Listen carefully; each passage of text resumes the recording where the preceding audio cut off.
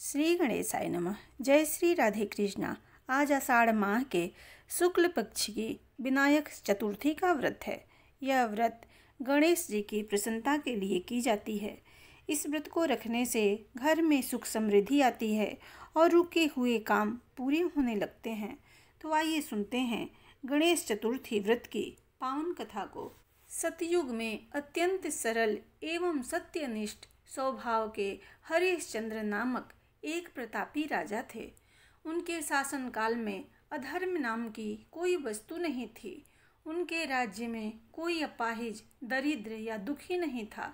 उन्हीं के राज्य में एक ऋषि शर्मा नामक तपस्वी ब्राह्मण रहते थे। एक पुत्र की प्राप्ति के बाद वे स्वर्गवासी हो गए। पुत्र का भरण पोषण उनकी पत्नी करने लगी। वह विधवा ब्राह्मणी भिक्षाटन के द्वारा पुत्र का पालन पोषण करती थी। वह पतिव्रता ब्राह्मणी गोबर से गणेश जी की प्रतिमा बनाकर सदैव पूजन किया करती थी। भिक्षाटन के द्वारा ही उसने पूर्वोक्त रीति से तिल के 10 लड्डू बनाए। इसी बीच उसका पुत्र गणेश जी की मूर्ति अपने गले में बांधकर स्वेच्छा से खेलने के लिए बाहर चला गया। तब एक नर पिशाच कुम्हार ने उस ब्राह्मणी के 5 वर्षीय बालक को जबरन उठाकर अपने यांवा में छोड़कर मिट्टी के बर्तनों को पकाने के लिए उसमें आग लगा दी। इधर उसकी माता अपने पुत्र को ढूंढने लगी। उसे न पाकर वह बड़ी व्याकुल हुई। वह ब्राह्मणी विलाप करती हुई गणेश जी की विनती करने लगी, हे गणेश जी, आप इस दुखनी की रक्षा कीजिए। मैं पुत्र के वियोग में व्यथित हूँ, आप मेरी रक्षा कीजिए। वह ब्राह्मणी इस प्रकार आधी रात तक विलाप करती रही। प्रातःकाल होने पर कुम्हार अपने पके हुए बर्तनों को देखने के लिए आया।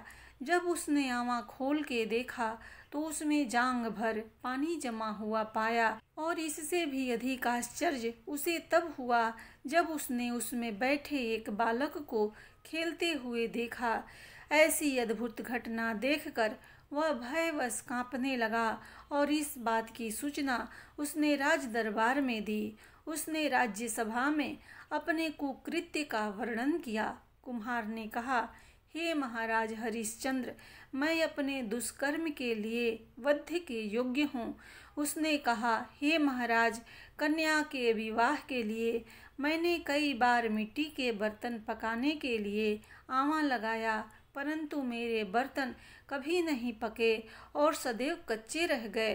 तब मैंने भयभीत होकर एक तांत्रिक से इसका कारण पूछा।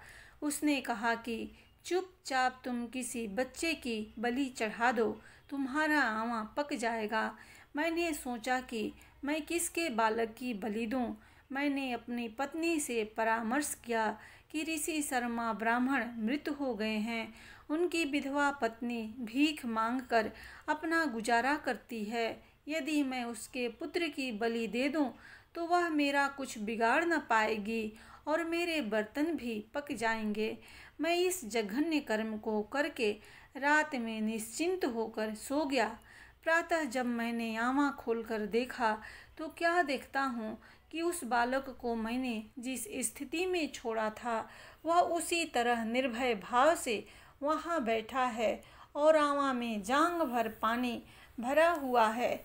इस भयावह दृश्य से मैं कांप उठा और इसकी सूचना देने आपके पास आया हूँ। कुम्हार की बात सुनकर राजा बहुत ही विस्मित हुए और उस बालक को देखने गए। बालक को प्रसन्नता पूर्वक खेलते देखकर मंत्री से राजा ने कहा कि यह क्या बात है, यह किसका बालक है, इस बात का पता लगाएं। इस आंवे में जांग भर पानी कहाँ से आया, इसमें कमल के फूल कहाँ से खिल गए, इस दरिद्र कुम्हार के आंवे में हरी हरी दूब कहाँ से उगाई। बालक को न तो आग की जलन हुई, न तो इसे भूख प्यास ही है। यह आंवे में भी वैसा ही खेल रहा है मानो अपने घर में खेल रहा हो। राजा इस तरह की बात कर ही रहे थे कि वह ब्राह्मणी वहाँ बिलखती हुई आ पहुँची। वह कुम्हार को कोसने लगी। जिस प्रकार गाय अपने बछड़े को देखकर रंभाती है, ठीक वही अवस्था उस ब्राह्मणी की थी। वह अपने बालक को गोद में लेकर प्यार करने लगी और कांपती हुई राजा के सामने बैठ गई। राजा हरिश्चंद्र ने पूछा कि हे ब्राह्मणी, इस बालक के न जलने का क्या कारण है?